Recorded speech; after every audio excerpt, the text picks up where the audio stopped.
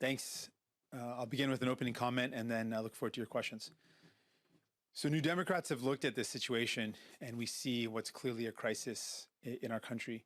It's my first day back in Ottawa to see the siege of the city up close and personal, and I can understand all the stories that I've heard from residents and small businesses, why they felt so scared and why they've been intimidated and harassed, and the impact on workers in Ottawa, but also the impact on workers by convoy protests at borders. This is really clearly a crisis and it requires immediate attention.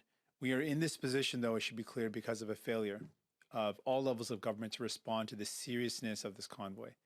It should also be clear that this convoy has always stated their goal is to replace elected officials, to attack democracy, to create chaos and mayhem. That has been their goal and that remains their goal. They are very clearly and brazenly, unabashedly clear about their goal, which is to, and they continue to reiterate this goal. Organizers recently offered to create a coalition with some of the opposition parties. The fact that unelected people think they can replace the elected democracy with threats of intimidation, violence, and harassment is clearly undermining our democracy. The fact that this group is using violence and intimidation to directly cause a loss of jobs for workers by shutting down borders, and the fact that they are directly hurting workers, healthcare workers, truckers, clearly shows that these are not a group of people that are representing the interests of workers. The convoy is hurting workers, is hurting people. And we are always going to stand with the people that are doing everything can to keep us safe and healthy, healthcare workers. We're going to stand with truckers that are trying to bring goods into the country that we need. We're going to stand with manufacturing sector workers that are trying to put food on the table for their families. We're going to stand up for workers. And so we are very reluctant in providing our support. And we want to make sure that the support is clearly directed towards solving this crisis. And we're going to be very carefully monitoring every step of the way what the government does. And we'll be prepared to use all of the accountability mechanisms that are available to withdraw support if need be and to stop the application of this Emergency Act. So we're going to hear very carefully the parameters that the government's going to lay out in their speeches in the House. I have been briefed by the Prime Minister as well as other opposition leaders about the proposals, and our teams have been briefed. And so we are going to be very careful and very considerate about the application. And we want to make sure this government uses these powers appropriately. We're going to continue to be very carefully monitoring the impact on legitimate protests. We're going to be continually careful to make sure that counter protesters that are standing up for their rights are not impacted by this.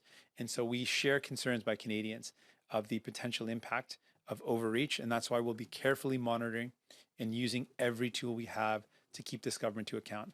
But we know this is a moment for our country to stop this convoy from undermining democracy, stop this convoy from attacking workers and people and harassing residents.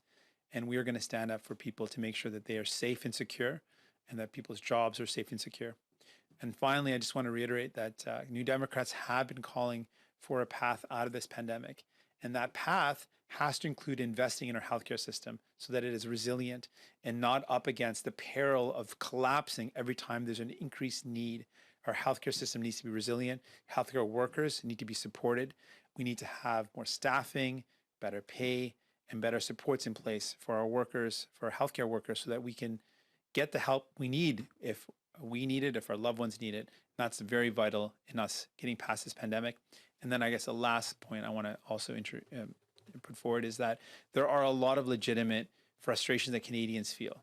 Canadians have been going through a pandemic for over 2 years. There's a lot of sacrifice that has happened. People have done the right thing, but want to know what's going to happen next. And a lot of people have seen their lives get worse in the pandemic. Things have gotten worse, not better. And they've seen people at the very top actually make out like bandits in this pandemic. They've been able to increase their wealth.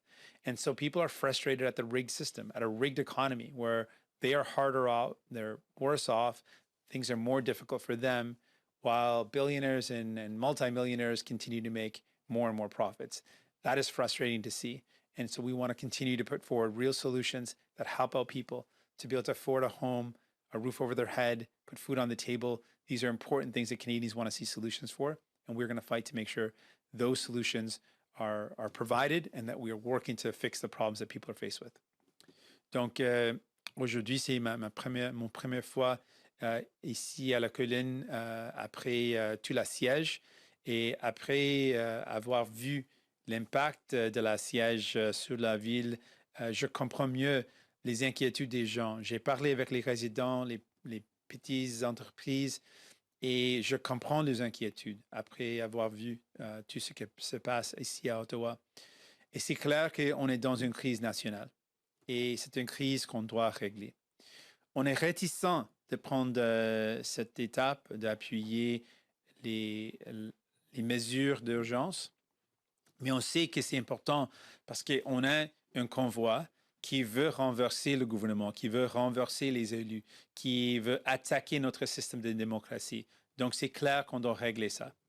C'est un groupe qui est bien financé, donc on appuie les mesures pour régler cette crise. Mais on a des inquiétudes. Donc, on va toujours utiliser tous les outils qu'on a pour rendre compte du gouvernement, pour s'assurer qu'il utilise les mesures dans une bonne manière pour vraiment régler la crise. On est prêt d'enlever notre appui. Si c'est jamais le cas qu'on doit le faire, on est prêt de faire ça aussi. Mais on est réticent, mais on va appuyer après le débat. On va écouter les arguments du gouvernement. J'étais avisé des mesures que le gouvernement veut mettre en place. Donc, j'ai compris les détails. On va avoir le débat, mais on est prêt d'appuyer, réticent, mais on est prêt d'appuyer pour régler cette crise. Je veux aussi ajouter, il y a des provinces, par exemple le Québec, où il n'y a pas d'occupation, où il n'y a pas une crise d'urgence à ce moment. Donc, on veut aussi s'assurer que les mesures d'urgence ne sont pas appliquées ou ils ne sont pas nécessaires. Ça, c'est aussi important. Mais cette crise doit être réglée. C'est un groupe qui est clair avec leur but de renverser le gouvernement, d'attaquer notre démocratie, donc on doit le régler. Je veux aussi ajouter que je comprends en général, pas ce qu'on voit, mais en général, les Canadiens et Canadiennes, les Québécois et Québécoises sont frustrés. Ils ont des frustrations et ils ont sacrifié beaucoup, malgré le fait qu'ils ont pris toutes les étapes nécessaires. Ils sont vaccinés, ils ont suivi les conseils de santé publique et ils sont maintenant frustrés parce qu'ils ne voient pas un plan pour sortir de la pandémie. Donc, on a besoin d'un plan pour sortir de la pandémie. C'est nécessaire que ce plan inclue des appuis, des financements pour notre soin de santé. Parce qu'on a vu à plusieurs reprises, notre système de santé était en péril de s'effondrer. Donc, on doit complètement régler cette péril. Jamais dans l'avenir, on doit être dans une situation où notre système de santé est en péril comme ça. Donc, on va avoir besoin de financements nécessaires pour financer notre soin de santé. Aussi, il y a des frustrations qui étaient là avant de la pandémie et la situation s'empirait pendant la pandémie. Ça veut dire que monsieur, madame, tout le monde ont vu que leur vie est maintenant plus difficile. C'est plus difficile de trouver des logements abordables. C'est plus difficile de rejoindre les deux bouts. Donc, pour les gens, je veux vous dire qu'on va toujours travailler ensemble pour trouver des solutions, pour régler les problèmes dans la vie, pour répondre à vos besoins, pour répondre à vos frustrations, parce qu'ils sont légitimes. On a un système qui continue d'aider, de bénéficier les autres riches et qui continue d'avoir des grandes difficultés pour monsieur, madame, tout le monde, pour les travailleurs et travailleuses. Donc, c'est un système injuste et on doit régler cette injustice aussi. Merci. Thank you. And with that, I'm ready for any questions you might have. And we'll now take questions, starting with questions in the room. One question, one follow-up for reporters. Nous allons maintenant prendre les questions. Commençons par les questions dans la salle. Une question suivie par journaliste. Those of you joining us via Zoom platform, please use the raise hand function to ask your question. Utilisez la fonction main levée si vous vous joignez à vous par Zoom pour poser votre question. Première question. Bonjour, M. Singh. Vous avez dit que vous aviez quand même des inquiétudes là, avec ce qui a été présenté. Qu'est-ce qui vous inquiète dans les règlements qui ont été publiés hier dans la Gazette du Canada? Est-ce que vous craignez certaines dérives? Notre inquiétude touche au fait qu'on ne veut pas voir la mise en œuvre de ces mesures qui attaquent les manifestants légitimes, légaux. On a des concerns en général. Avec ces pouvoirs, on veut que le gouvernement fasse le travail de cibler où il est nécessaire, mais de ne pas utiliser ces mesures où il n'est pas nécessaire. Donc, ce sont des exemples de nos inquiétudes. On comprend que la charte des droits de la personne continue et c'est important.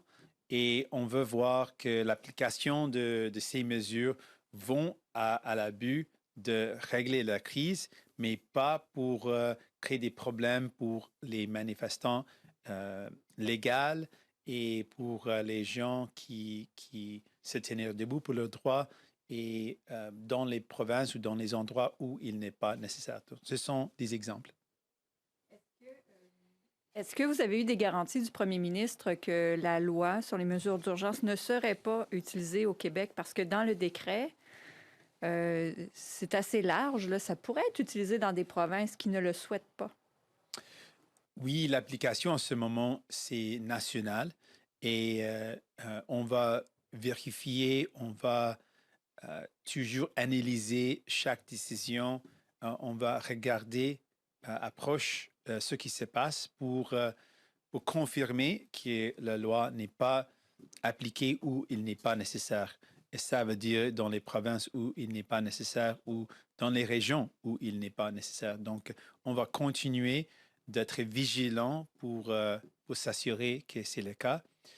Et c'est le travail du Premier ministre de donner les garanties et d'être transparent pour toute la longue durée, toute la durée de cette application de ces mesures. Donc, on va faire notre travail pour rendre compte du gouvernement. Mia? Mia Rabson from the Canadian Press. Just wondering if you have any concerns in what you've seen so far of overreach, if there's any red flags that you'll be monitoring more. I mean, you seem to say you're going to support this, that you believe this is a crisis and that it is necessary, but if there's anything that's contained in these documents so far that you are concerned about and would like to maybe see them not include.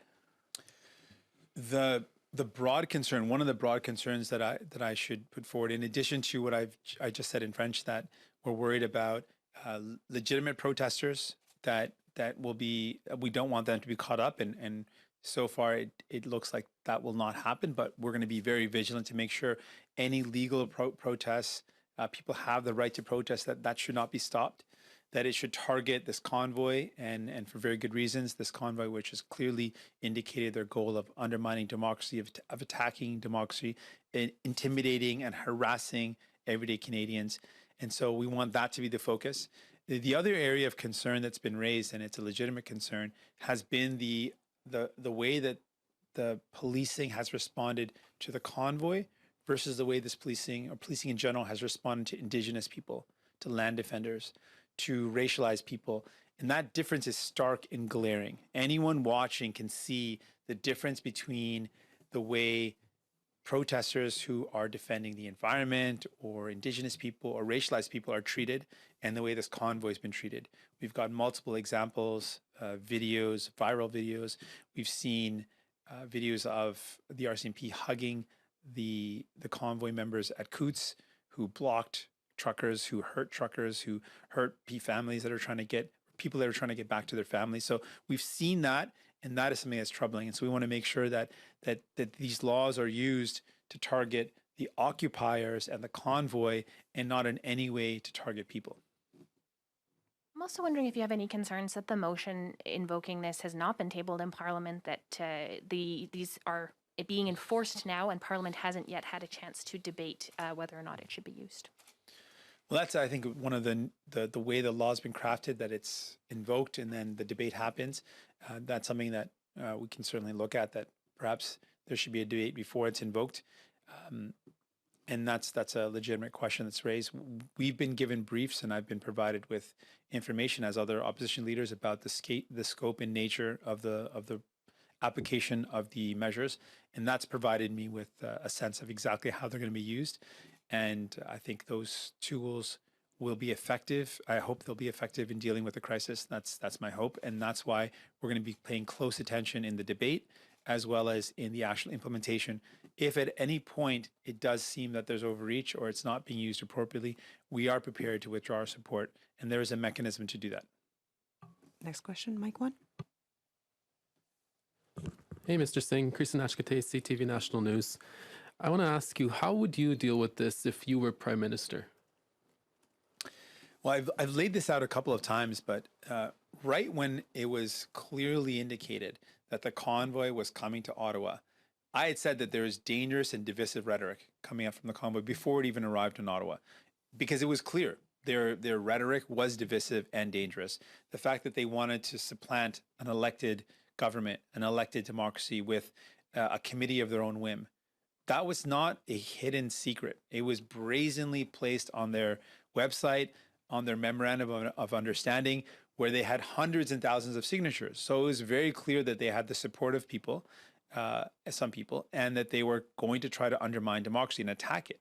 At that point, it should have been taken seriously. At that point, immediately, all levels of government, including the federal government, should have responded with the seriousness that this problem required. And that didn't happen. I pushed for an emergency debate because for weeks, the federal government had not even met with municipalities impacted. They had not clearly provided support because we saw a press conference where the Liberal ministers were saying we're ready to provide help and we've not been asked for help from Ottawa. And at the same time, Ottawa officials were having a press conference saying we've been asking for help and not received it. So clearly, at a minimum, there was a miscommunication going on. They were not communicating with each other. So I would have taken it seriously from day one, immediately provided all the help and resources that municipalities need to deal with it, use the existing powers that we have at the federal level to stop and to deal with the funding or financing of this illegal activity, and used the powers that we have at the federal government to respond immediately to the crisis at the bridge and at border crossings, which are clearly responsibilities of the federal government to make sure that our borders are able to operate. And we should be proactive and helpful, not sitting back and being reactive and waiting for things to unfold. And I would say a final piece, while it looked very clear that the Conservatives were using this as an opportunity to gain points, an email was leaked where the current interim leader clearly stated, let's make this a problem for Trudeau. And the Liberals, similarly, wanted this to be a politicized, partisan problem as well. They looked at this as an opportunity to make the Conservatives look bad. Instead of using this, looking at this as a crisis that requires Canadians to be protected and to feel safe, that's what leaders should do, not try to gain points on this. And that's what both the Liberals and Conservatives did, which was to the detriment of Canadians. And it ended up hurting Canadians, and it made this convoy able to dig in deeper and spread across the country, which was wrong. And do you think there is enough threat of civil unrest to use this act? Are we meeting this threshold? This is for the government to make the case. From what I've seen, I can say really clearly that this is a national crisis, and it is an example of the failure of leadership that got us to this point. We should have never got to this point. It should have never got to the point where we needed to enact the Emergencies Act. It should simply never have gotten to this point. And so we are prepared to acknowledge that this is a crisis and that it needs to be responded to seriously. And the fact is, it hasn't been. And I think that's one of the most important things. This Emergency Act is a recognition that we need to respond to this crisis seriously. And in the future, if we see the same type of group that is trying to undermine democracy, extreme right-wing organizers that are really clear about their goals and clear about their intent, that has to be taken seriously. And historically, it has not been. And we've seen the different approach that other protesters who've got legitimate concerns, like Indigenous people and racialized people, the way they are responded to, the heavy-handed approaches, and the way this convoy, which has actually hurt people and did not receive any serious attention. So I think it merits a serious response. We're reluctant in making this decision to support. We'll listen very carefully to the debate before we place our votes, but we have indicated that we are supportive of taking a serious step to respond to this crisis, given the harm that the convoy has done to Canadians, to residents, to people, to workers, we are prepared to take this step. We have a question online before coming back to the room. Olivia Stefanovic, please ask your question. Hi, Mr. Singh. Thank you for taking our questions today. Of course. Why are you supporting the Emergencies Act when your party traditionally resisted or even opposed the expansion of government powers, such as when the War Measures Act was brought up and the anti-terrorism bill? Well, on both of those, the War Measures Act was a very different piece of legislation. And there were serious concerns raised, and rightly so, about that legislation and the impact of it. And we know that there was serious harms as a result. People continue to feel the pain of that time period when the War Measures Act was implemented, and the arbitrary application and how it impacted citizens. And so we took a stance, very rightly so, I believe, in opposing it. And with the approach to the terrorism laws, the broad scope of power, the ongoing nature, it was not limited in scope and not limited in time. Those are changes to laws that were permanent. Those are things that we also took a strong stance against. This is a very different scenario. The Emergencies Act is a very different piece of legislation. It does not include the military at all. There is no call for the military in the Emergencies Act, nor would it be something that we support. There are powers that are given for a temporary basis to deal with a crisis. And that's a very different scenario. Again, I do want to reiterate, though, even though this is a step that we support, we are reluctant, and we are going to be very carefully monitoring how it's applied. We are going to use all the tools that we have to keep the government to account. But it is a crisis. It is serious. And we are in this situation because leaders have failed to take it seriously. The federal government, the provincial government, the municipal government failed to take this crisis seriously, failed to take the threat of this convoy seriously, failed to take their brazen and clear intentions seriously. They were always intending to undermine democracy. They were always intending to attack elected officials. They were never about vaccine mandates. This was always about creating chaos and mayhem and hurting people and hurting workers. And now at this point, we've made a decision that it is important to take this seriously so that people are protected. And that's why we made the decision in this case for a limited period of time and a limited application to deal with this crisis. Are you concerned that the powers being used against the protesters from the convoy could one day be used against protesters on the left? Well, this is a situation without precedent, and it can never be applied to other scenarios. We've got a group that clearly intended to undermine democracy. And I want to just highlight that for a moment. It's not something I say lightly. It's something that they have stated before they came to Ottawa, while they were in Ottawa, and they've reiterated it as recently as a couple of days ago in a press conference. They're offering to have unelected people form a coalition arbitrarily and run the government. These are not people, this convoy and the organizers are not people that we can negotiate with, not people that have a clear goal that's something that governments can work with. This is without precedent. The fact that this is the only time I've ever seen a protest that targets residents and people. I've been to many protests that cut help to people or cutting healthcare funding or the overuse of force by the police. In those cases, the target are government policies or decisions. The target is government or elected officials. In this case, this convoy is targeting people. They're harassing citizens. They're targeting residents. The loudest noise that was made by this convoy from residents and from people, eyewitnesses and people that live in the city, the most noise was made at night.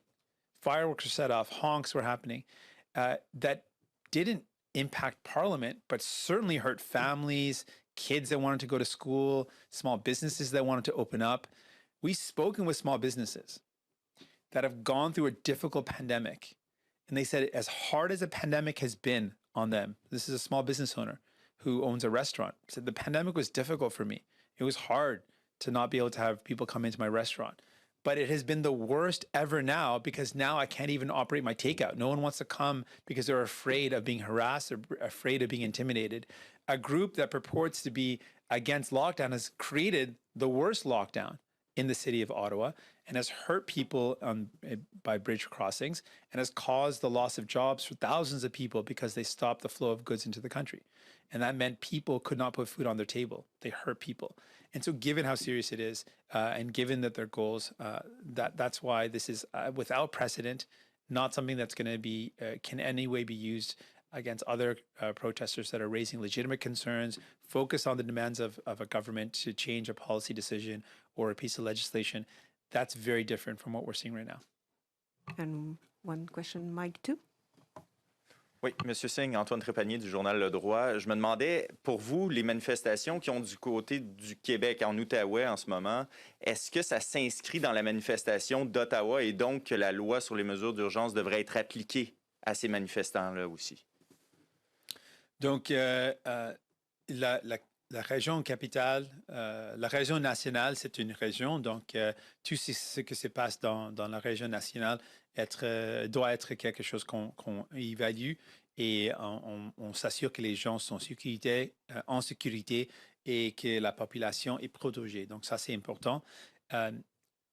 J'ai dit, et pour moi, c'est vraiment important, que ces mesures sont utilisées où ils sont nécessaires.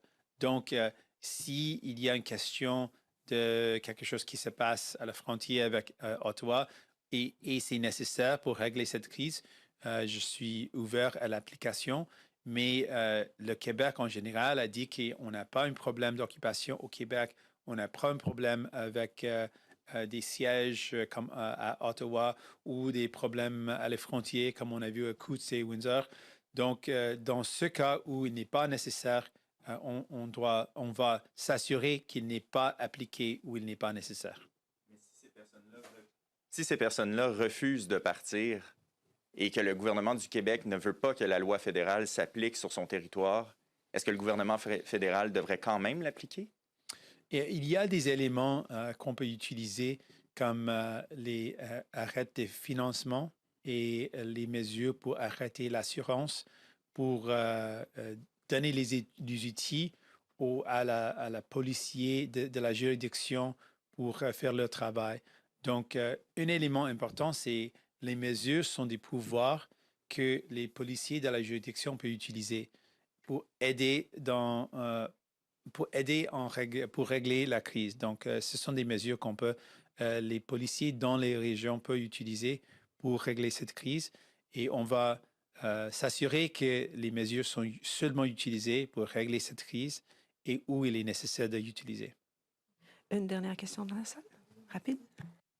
Hello, Mr. Singh, Catherine Lévesque, The National Post. So I'll be asking my questions in English. Just on procedure, first of all, the Conservatives say they haven't seen the motion yet that's going to be presented in the Commons, so they can't take a clear position. You say you've had briefings. So do you think the NDP has enough information to make a clear decision at this point? And are you also frustrated that you don't have a clear motion presented in the House? Well, this is an emergency, and I understand that in emergencies we need to move quickly. We will look at the motion clearly when it's presented and evaluate if there's anything missing or anything that doesn't match up with the briefing we've received. All of opposition leaders have received a briefing about the scope of the powers, what type of powers are being requested, and where they're being targeted. So that provided me with a lot of understanding, and I'm in a position to say that this is something that we're supportive of. But of course, if something comes out in the debate or something comes up in the motion that is contrary to what we've been briefed, then that will obviously impact our decision. But at this point, from what we understand, the powers requested and the focus on dealing with this crisis are things that we are open to supporting. We'll, of course, listen very carefully to the debate and or pay close attention to the details of the motion before the vote happens. Okay, thank you. So, like you said, your position might change. Correct me if I'm wrong. And I just want to go back to Olivia's question before the ministers arrive, because with the War Measures Act, then NDP leader Tommy Douglas said it was like using a sledgehammer to crack a peanut. Now, of course, today in Ottawa, I mean, we have seen a bunch of aggressions of all sorts, but no one has been kidnapped. No one has died up to now. So I guess my question is, how will history, remember you as NDP leader with this Emergencies Act and all the entrenches to civil liberties right now? I think it's really important to reflect on the War Measures Act for just a moment. The War Measures Act was a sledgehammer, and that's why there was serious problems with its application, because it was a very broad and overly powerful piece of legislation. That's why it was repealed and a new legislation was brought forward. The Emergencies Act is nothing like the sledgehammer of the War Measures Act. It's not at all the same. It doesn't even include the powers for the military. It doesn't include military at all. It's a very different piece of legislation, and it is much more targeted and specific. And so it's a very different time. What I think history will remember is that all levels of government failed to respond to the serious threat of extreme right-wing groups. I think history will remember that for weeks and weeks, the people of Ottawa were abandoned. I think history will remember that the serious threat of this convoy was ignored, and it resulted in thousands of people losing work for days and days. I think history will remember that this serious threat was ignored despite ample evidence of how serious it was, and that responding to it now and using the Emergencies Act is a clear example, proof of that failure, that we had to get to this point. And the fact that we need to resort to this piece of legislation is proof that the failure occurred, but now it's being taken seriously. Late, should have been done earlier. It should have never got to this point. But now we're responding to a crisis that has hurt people and that will continue to hurt people if we don't respond now. Thank you. Merci.